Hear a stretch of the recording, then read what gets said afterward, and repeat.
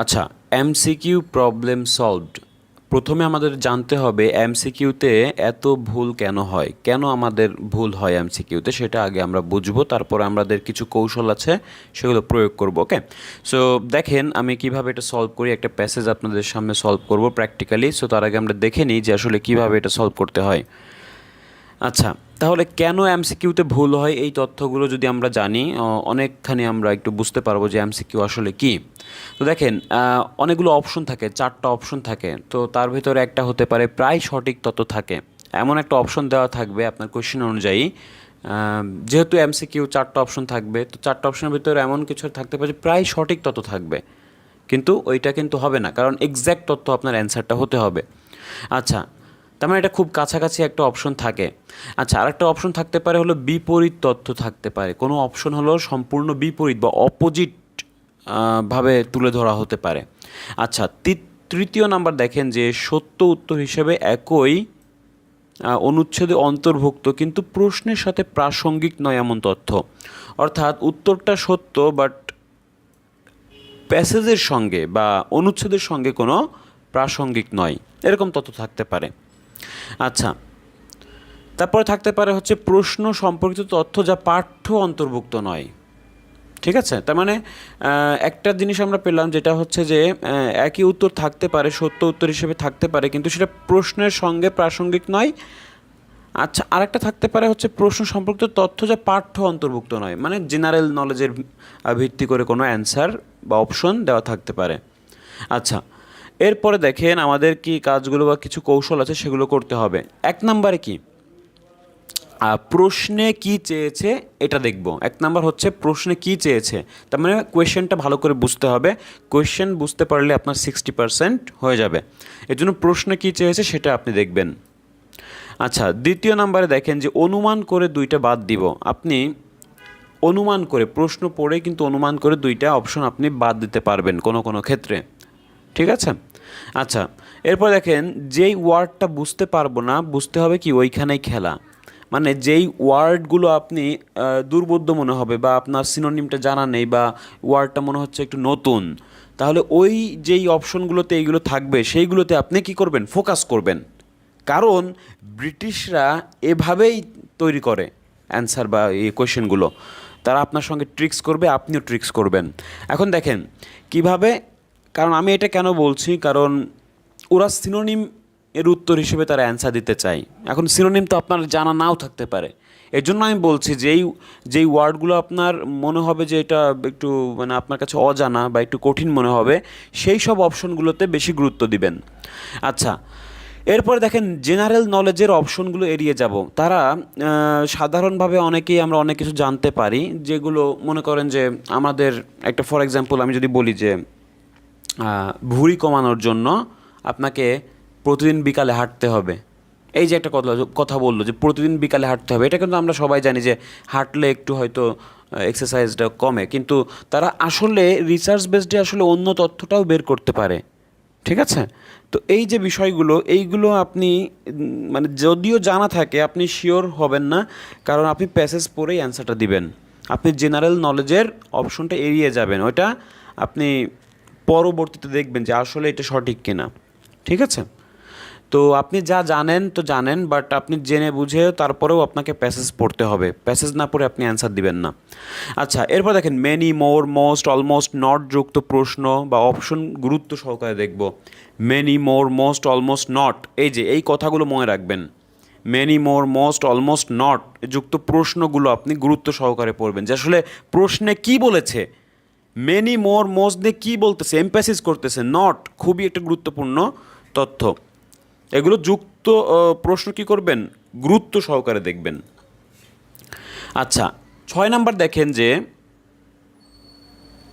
সবসময় মনে রাখবো এমসিকিউ এ এক্স্যাক্ট তথ্য উত্তর হয়। ঠিক আছে। তার মানে আপনি ওই কাছাকাছি গেল বা একটু মানে মিলে যাচ্ছে হালকা করে, এইগুলো দিবেন না।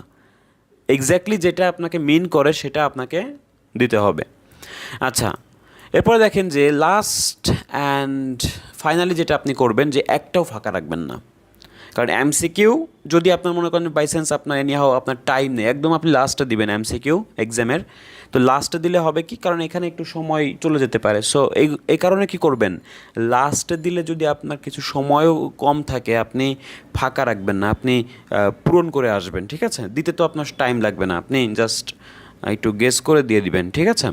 তো ফাঁকা রাখবেন না, আমার কথা হচ্ছে ফাঁকা রাখলে তো আপনার কোনো নেগেটিভ মার্ক বা আপনি তো কোনো নাম্বারই পাচ্ছেন না, আর যদি দিয়ে দেন হয়তো নাম্বার পেতেও পারেন, ঠিক আছে?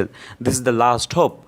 আচ্ছা, তাহলে আমরা এইভাবে একটা করি, আমরা একটা প্যাসেজ সলভ করি প্র্যাকটিক্যালি, দেখি।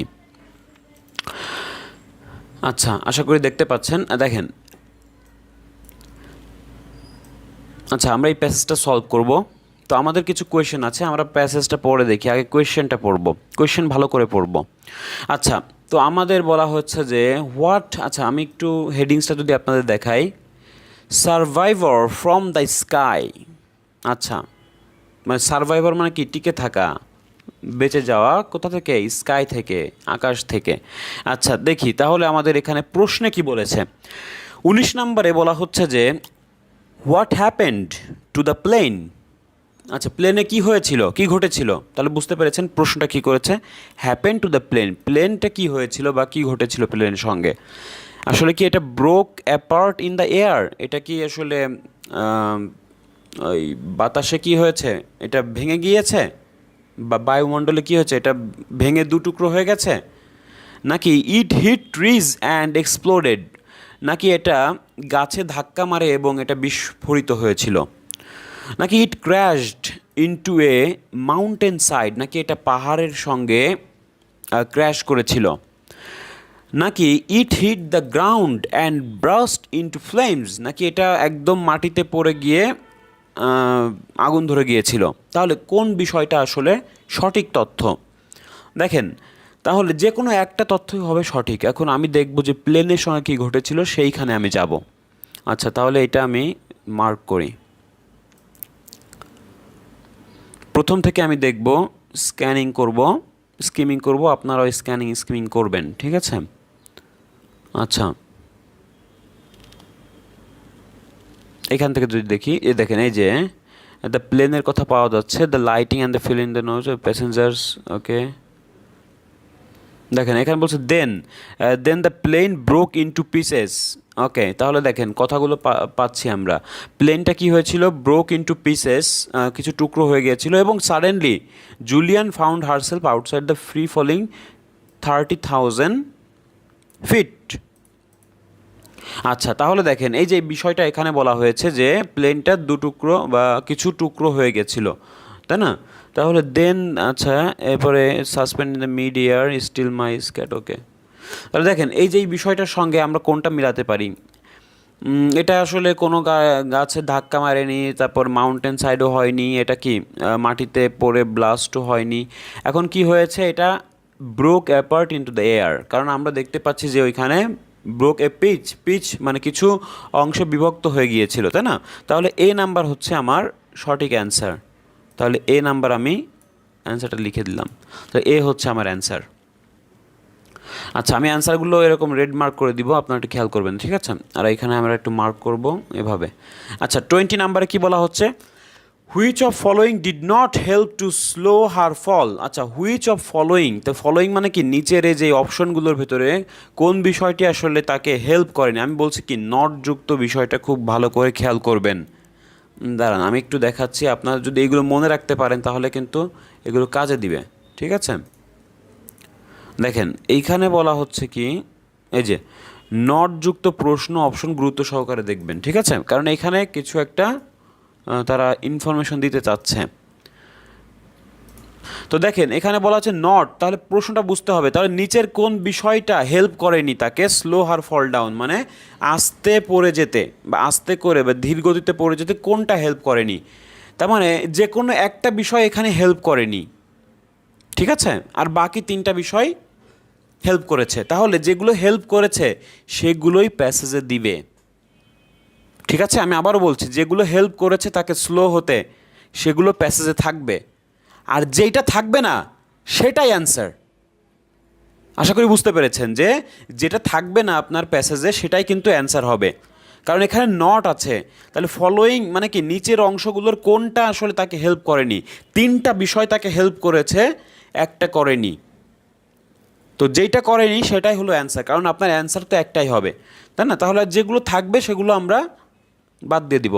তার আগে একটু পড়ি আমরা, দেখেন এখানে দেখেন a draft cause by storm clouds, okay, hitting vines, তারপরে হচ্ছে যে section of seats which she was attached, আচ্ছা এ প্যারাশুট। আচ্ছা, তাহলে এই বিষয়গুলো আমরা দেখলাম, তো এইগুলোর উপরে আমরা দেখি যে কোনটা আসলে তাকে হেল্প করেনি স্লো হতে।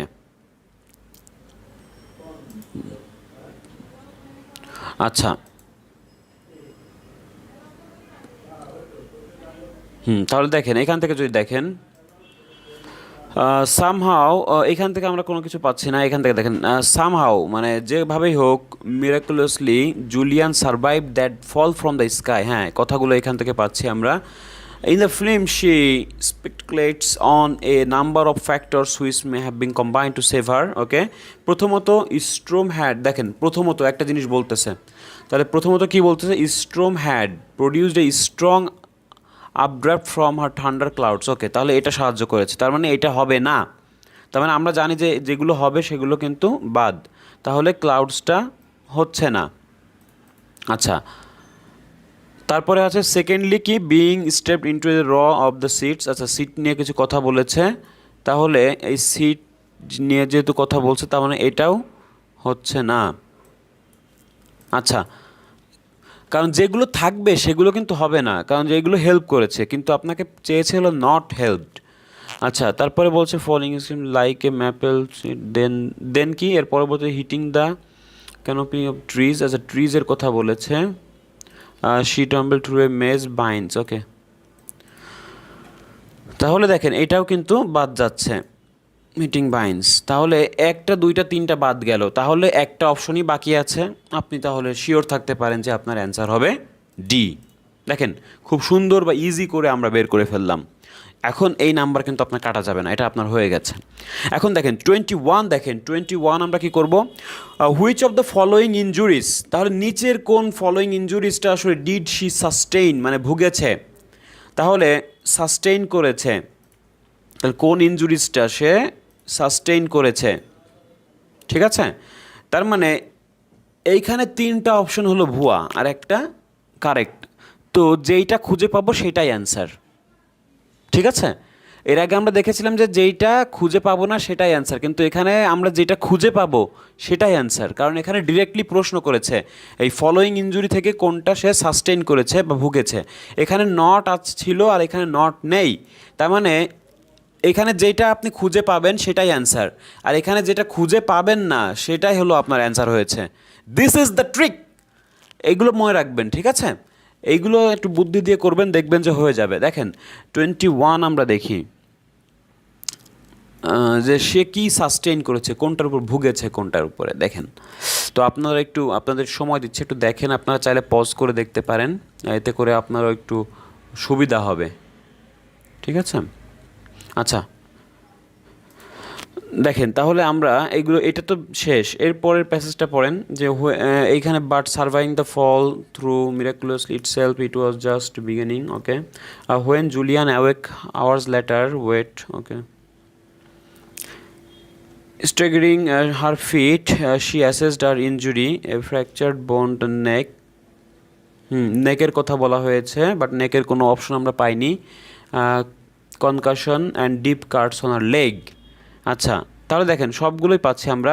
ইনজুরিস কেন হয়েছে, সে assess to her injury a fractured bone in the neck, okay, এটা পেয়েছি। কনকাশন পেয়েছি, আরেকটা কি হলো, deep cuts in her leg, এই কথাগুলো বলা হচ্ছে, কিন্তু এই ডিপ বোন ইন দ্য নেকের কথা আমরা কোনো অপশনে পাইনি, কাটস অন দ্য লেগ পাইনি, আমরা পেয়েছি কি কনকাশনটা কিন্তু এখানে ছিল, মানে আঘাতের কথা বলা হচ্ছে, তাই না? তাহলে এই ফুটের কথা বলা হয়েছে, আর্মের কথা বলা হয়েছে, হেডের কথা বলা হয়েছে, এগুলো কি আমরা পেয়েছি? পাইনি, আমরা পেয়েছি কি কনকাশন, তাহলে আমার অ্যান্সার হবে কনকাশন, মানে আঘাত। এই আঘাতের জন্য সে আসলে কি অনেক ভুগেছে, এই ইনজুরিতে সে ভুগেছে।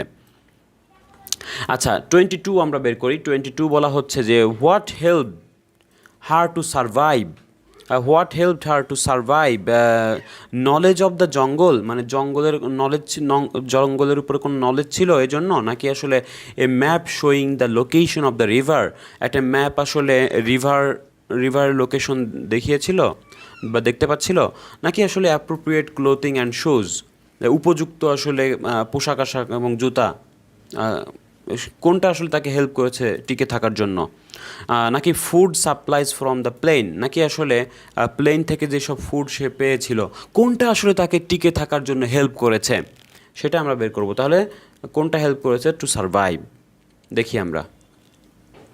এগুলো কিন্তু এমসিকিউ সবসময় সিরিয়ালি পাবেন এবং বিশেষ করে এক একটা প্যারা থেকে এক একটা অ্যান্সার পাবেন। যেমন এই প্যারা থেকে একটা অ্যান্সার পেলাম, এই প্যারা থেকে একটা অ্যান্সার পেলাম, এই প্যারা থেকে একটা অ্যান্সার পেলাম, কারণ এখানে কি হয়, তিনটা অপশনই যেহেতু বলা থাকে, এই জন্য সম্পূর্ণ প্যারাটা পড়া উচিত। এই জন্য আমি বলবো যে এটা আপনি লাস্টে দেন, যাতে করে আপনার সময়টা সেভ হয়। আচ্ছা, এখন দেখেন আমরা যেটা বের করলাম যে কোনটা আসলে তাকে হেল্প করেছে সারভাইভ করার জন্য। হ্যাঁ, তাহলে দেখেন এখানে কি বলা হয়েছে এরপরে, no doubt it was her familiarity with the wilderness. তাহলে কোনো সন্দেহ নেই যে তার ফ্যামিলিয়ারিটি ছিল ওয়াইল্ডারনেস, মানে বনের উপরে তার একটা পরিচিতি ছিল, যেটা কিনা এনেবলড হার টু কোপ। এই দেখেন প্রথম লাইনে অ্যান্সারটা পেয়ে গেলাম। এখানে বলা হয়েছে এনেবলড হার টু কোপ, কোপ মানে হলো মানিয়ে নেওয়া, খাপ খাওয়া। তাহলে সে বোনের সঙ্গে খাপ খাইয়ে নিয়েছিল নিজেকে, কারণ সে এই বিষয়ে জানতো, পরিচিত ছিল, ফ্যামিলিয়ারিটি। আর এখানে বলছে যে নলেজ অফ দ্য জঙ্গল। তাহলে দেখেন তো কত সুন্দরভাবে এটা আমরা পেয়ে গেলাম, নলেজ অফ দ্য জঙ্গল হচ্ছে আমাদের অ্যান্সার। ওকে, এরপর দেখেন what was the biggest threat to her survival. আচ্ছা, সবচেয়ে বড় থ্রেটটা কী ছিল, তার টিকে থাকার জন্য সবচেয়ে বড় হুমকিটা কী ছিল? ইনফেক্টেড ওন্ডস মানে ক্ষত, ইনফেক্টেড ক্ষত, নাকি আসলে স্টিং রেইজ, নাকি আসলে স্টারভেশন মানে ক্ষুধা, নাকি আসলে ক্রোকোডাইলস, নাকি কুমির। তাহলে কোন বিষয়টা আসলে তার জন্য সবচেয়ে বেশি, টিকে থাকার জন্য সবচেয়ে বেশি, আমি তাহলে বের করবো যে বিগেস্ট থ্রেট, এটা বের করব সার্ভাইভালের জন্য।